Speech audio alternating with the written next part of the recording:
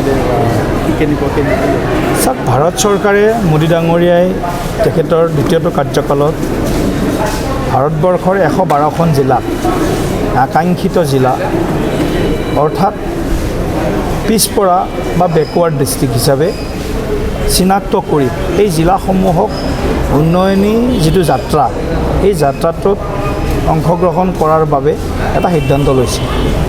আৰু যোৱা 2023 চনত আকৌ এই গোটেই আকাংক্ষিত জিলাৰ যিটো ধাৰণা, এইটো আমি আকৌ ইয়াক গ্ৰাছৰুটলৈ লৈ যাব বিচাৰিলে প্ৰধানমন্ত্ৰী ডাঙৰীয়াই, আৰু আকাংক্ষিত উন্নয়ন খণ্ডলৈকে এছপাৰেশ্যনেল ব্লকলৈকে এইটো লৈ গ'ল।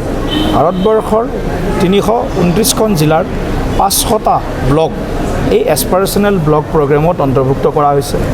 ওদালগুৰি জিলাৰ ভেৰগাঁও ব্লকক অন্তৰ্ভুক্ত কৰা হৈছে, দৰং জিলাৰ পূব মঙলদৈ ব্লকক অন্তৰ্ভুক্ত কৰা হৈছে।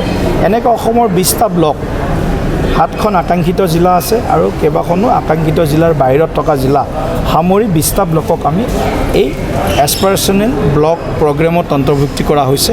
গতিকে আমি এই 3 মাহ বিশেষ অভিযান হাতত লৈছোঁ।